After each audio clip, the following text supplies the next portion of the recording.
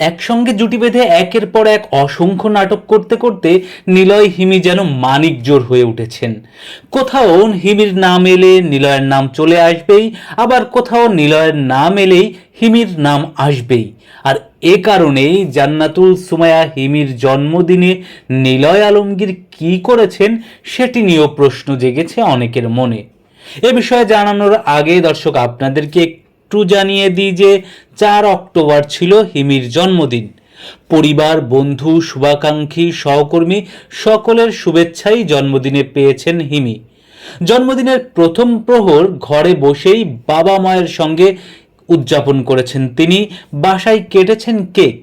সেই ভিডিও তখনই পোস্ট করে দিয়েছেন ফেসবুকে। জন্মদিনের শেষটাও তিনি করেছেন বাবা মা ভাইকে ধন্যবাদ জানিয়ে তাদের ছবি পোস্ট করে। মাঝখানে অবশ্য জন্মদিনের শুভেচ্ছা জানানোই সবার প্রতি কৃতজ্ঞতা জানিয়েও ছবি পোস্ট করেছেন হিমি।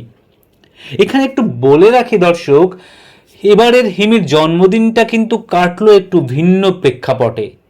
দেশের বাইরে দীর্ঘ সময় কাটিয়ে সম্প্রতি ঢাকায় ফিরেছেন তিনি, আর ফিরেই ব্যস্ত হয়ে পড়েছেন নতুন নাটকের শুটিংয়ে।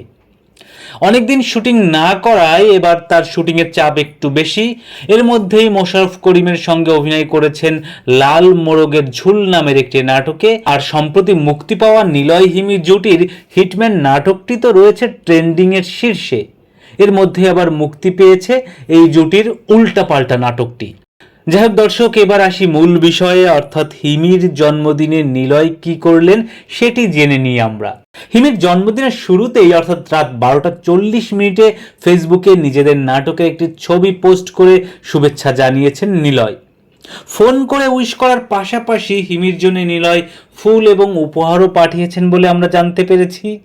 তবে দুজনের আলাদা আলাদা নাটকের শুটিং থাকায় এদিন দুই তারকার দেখা হয়নি বলে জানা গেছে। তবে হিমির জন্য নিলয় জন্মদিনের স্পেশাল ট্রিটের ব্যবস্থা রেখেছেন বলেও আমরা জানতে পেরেছি। দেখা হলেই হিমির জন্মদিন উদযাপন করবেন নিলয়, সেটি মোটামুটি আমরা নিশ্চিতভাবে জেনেছি। দর্শক, নিলয় হিমি জুটির জন্য শুভকামনা রইল। আমরা এই জুটির কাছ থেকে আরও অনেক জনপ্রিয় নাটকের অপেক্ষায় রইলাম। শুভকামনা রইল আপনাদের জন্যও। সাবস্ক্রাইব করে সঙ্গে থাকুন আমাদের পার্শ্বচিত্র চ্যানেলের।